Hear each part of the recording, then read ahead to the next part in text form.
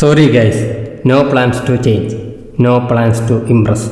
വലിയ ഹൈപ്പിൽ വന്ന ഡബിൾ ബാരൽ എന്ന ബിഗ് ബഡ്ജറ്റ് ചിത്രം തിയേറ്ററിൽ പരാജയമായപ്പോൾ ലിജോ ജോസ് പെല്ലിശ്ശേരി എന്ന ഡയറക്ടർ തൻ്റെ ഫേസ്ബുക്ക് വാളിൽ കുറിച്ച വാക്കുകളാണ്. ആരെയും ഇംപ്രസ് ചെയ്യാൻ വേണ്ടി ഒരു പടമെടുക്കാൻ ഞാനില്ല, ഞാൻ എൻ്റേതായ രീതിയിൽ പടമെടുക്കും എന്ന ഒരു പ്രഖ്യാപനം. അതിൻ്റെ തുടർച്ചയെന്നോണം ഒരുപാട് സിനിമകളും നമുക്ക് കാണാൻ പറ്റി. 2010 ഇന്ദ്രജിത്ത് നായകനായ നായകൻ എന്ന ചിത്രത്തിലൂടെയാണ് LJP സിനിമയിലേക്ക് കടന്നു വരുന്നത്. ചിത്രം തിയേറ്ററിൽ വലിയ വിജയമായില്ലെങ്കിലും അതിലെ ഫ്രെയിമുകളും മേക്കിംഗ് സ്റ്റൈലും ഏറെ ശ്രദ്ധിക്കപ്പെട്ടു.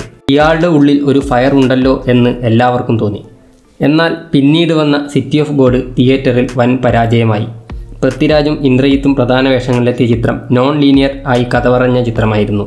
ചിത്രത്തിലെ ലോങ് ടേക്കുകൾ ഏറെ ശ്രദ്ധിക്കപ്പെട്ടു. എന്നാൽ തൻ്റെ മൂന്നാമത്തെ ചിത്രമായ ആമേനിലൂടെ LJP തൻ്റെ കരുത്ത് തെളിയിച്ചു. ഫാൻറ്റസി കോമഡി വിഭാഗത്തിൽപ്പെടുന്ന ചിത്രത്തിൽ ഫഹദ്, ഇന്ദ്രജിത്ത്, കലാഭവൻ മണി, സ്വാതി റെഡ്ഡി തുടങ്ങിയവർ പ്രധാന വേഷങ്ങളിലെത്തി.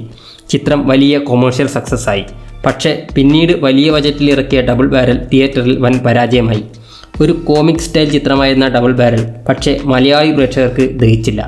പക്ഷേ OTTയിൽ വന്നതിന് ശേഷം ചിത്രത്തിന് ഒരു കൾട്ട് ക്ലാസിക് സ്റ്റാറ്റസ് കിട്ടുകയും ചെയ്തു. തുടർന്ന് അങ്ങോട്ട് LJP ചെയ്തതെല്ലാം വളരെ ചെറിയ ചിത്രങ്ങളായിരുന്നു.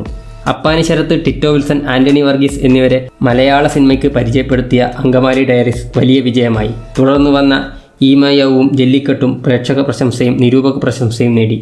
ഇത് ജല്ലിക്കെട്ട് വളരെയധികം ശ്രദ്ധിക്കപ്പെട്ടു. വിവിധ ഫെസ്റ്റിവലുകളിൽ പ്രദർശിക്കപ്പെടുകയും ചെയ്തു. തുടർന്ന് വന്ന ചുരുളി ഡയറക്റ്റ് OTT റിലീസായിരുന്നു. ചിത്രത്തിൽ ഉപയോഗിച്ച തെറിയുടെ പേരിൽ ഒരുപാട് പേർ കുറ്റം പറഞ്ഞെങ്കിലും LJPയുടെ പടങ്ങളിൽ റിപ്പീറ്റ് വാല്യൂ ഉള്ള ഒരു പടമായിട്ടാണ് പേഴ്സണലി ഫീൽ ചെയ്തത്. തുടർന്ന് മമ്മൂക്ക നായകനായ നൻപകൽ നേരത്ത് മയക്കം എന്ന ചിത്രം പുറത്തിറങ്ങി. പതിഞ്ഞ താളത്തിൽ കഥ പറഞ്ഞ ചിത്രം പ്രേക്ഷക പ്രശംസയും നിരൂപക പ്രശംസയും ഒരുപോലെ നേടി. ചിത്രത്തിലെ അഭിനയത്തിന് മമ്മൂട്ടിക്ക് മികച്ച നടനുള്ള സംസ്ഥാന അവാർഡും കിട്ടി. നൻപകലിന് ശേഷമുള്ള LJPയുടെ അടുത്ത ചിത്രം മോഹൻലാലിൻ്റെ മലൈക്കോട്ടെ വാലിബൻ ജനുവരി 25-ന് റിലീസാവുകയാണ്. വലിയ കാൻവാസിൽ ഒരുങ്ങുന്ന ചിത്രത്തിൻ്റെ ട്രെയിലർ പ്രോമിസിംഗ് ആയിരുന്നു. കാത്തിരുന്ന് കാണാം എന്ത് മാജിക്കാണ് ലിജോ ഈ ചിത്രത്തിൽ ഒളിപ്പിച്ചു വച്ചിരിക്കുന്നതെന്ന്. Waiting for a 100% LJP movie.